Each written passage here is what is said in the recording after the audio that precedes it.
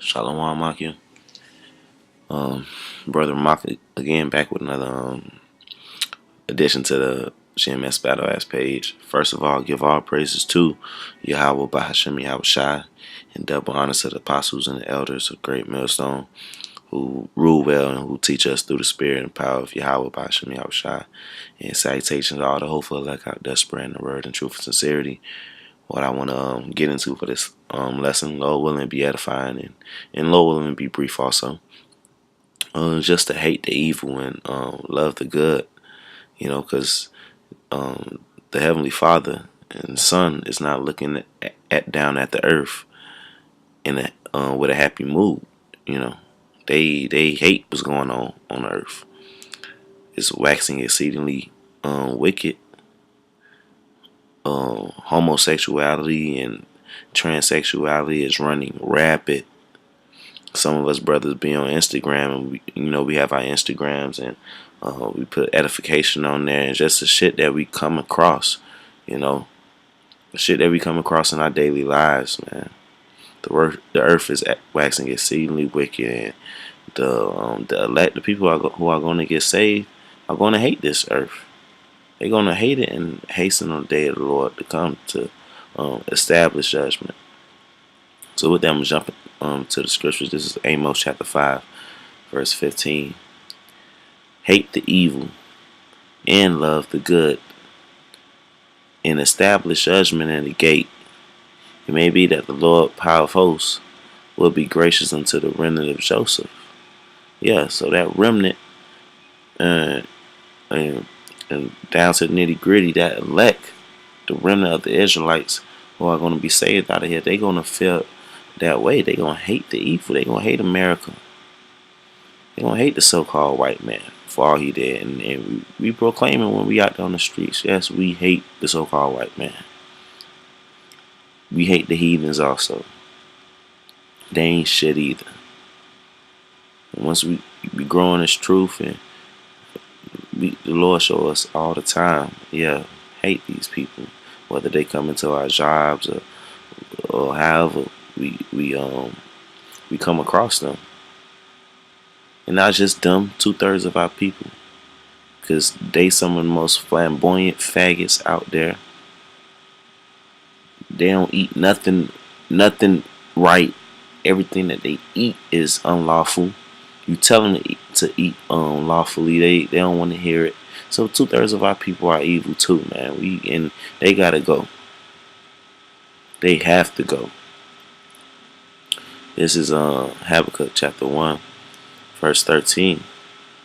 It's Habakkuk talking to the Lord. Thou art of purer eyes than to behold evil. So the Heavenly Father and Son, they can't even behold evil. They can't look at it. Like, they hate it.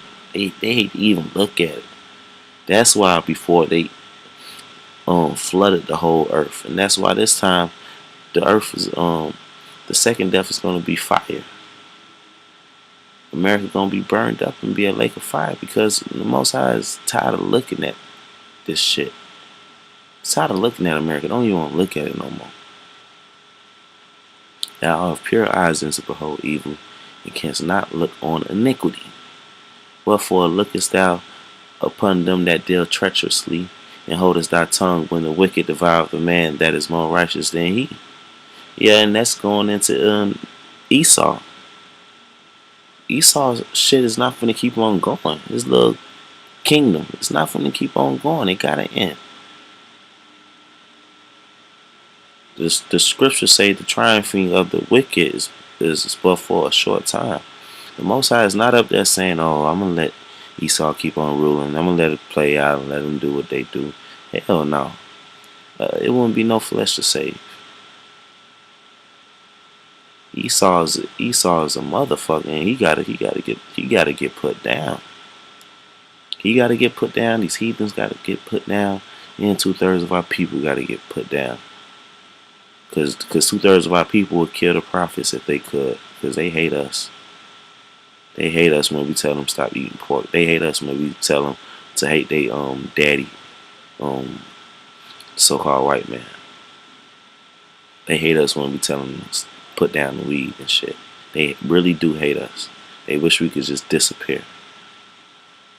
But we can't. We go out on the streets and we prophesy and we sign cry to the Heavenly Father. And that's going to the next scripture. It's Ezekiel chapter 9, verse 4. And the Lord said unto him, go through the midst of the city, through the midst of Jerusalem. And Jerusalem is a place before it is a city. So that's talking about going through the midst of the Israelites, so-called blacks, Latinos, and Native Americans. So go through the midst of the city, through the midst of Jerusalem, and set a mark upon the foreheads of the men that sigh and that cry for all the abominations that be done in the midst thereof. And I know brothers know this for most part. When you go into the Hebrew and look at the word mark, the definition right here, mark as a sign of exemption from judgment. So that's not talking about the mark of the beast. That's talking about a mark of exemption. Being exempt and being covered from all this destruction that the Lord is about to bring down on this wicked place because he hates it. So those who sighing and crying against this wickedness, the Lord is going to keep, man. And for the rest of them, I might as well just go ahead and read it too. Verse 5. To the others he said in my hearing, go ye after him through the city and smite. Let not ye eye spare, neither have ye pity. Slay utterly old and young, both maids and little children and women. But come not near any man upon whom is the mark, and begin at my sanctuary. Then they began at the ancient man which were before the house. So the Lord is talking about getting it in with these people, whether they be young, old, little children, women, whatever. The Lord is about to get at these people because it's Judgment Day. That's what it is. It is Judgment Day. And save for and only those who have the mark of exemption, who got the who stick in this truth, enduring this truth, continue to put off the old man, continue to pray, continue to be active in this truth. Them are who the Lord are going to keep and save. This is 2 Ezra chapter 8, verse 50.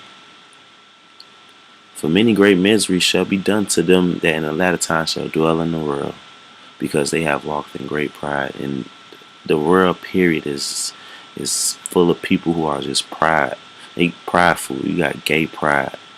You got I'm black and I'm proud. You got all type of people are just fucking prideful, man. Proud Christians, proud this, proud that. They proud to do whatever wickedness that they do. Proud transsexuals. Proud adulterers. Nigga commit adultery and be proud about it. The Lord is going to bring great miseries. Martial law, famine, pestilences, diseases, riots, racial wars, and ultimately the nuclear missiles. The nuclear missiles that's going to be shot everywhere, along with the great earthquake and the tsunamis that's going to ensue because of all those nukes being shot. All those miseries is going to come down onto this earth real soon. We are in the days. Verse 51. But understand thou for thyself, and seek out the glory for such as be like thee. For unto you is paradise open. The tree of life is planted. The time to come is prepared.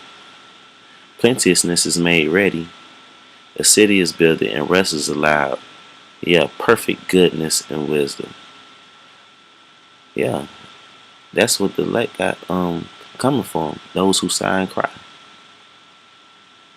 Those who call on the name of Yahweh. Those who study and show themselves approved. Those who being brotherly to the brothers. Those who hate America with a fucking passion.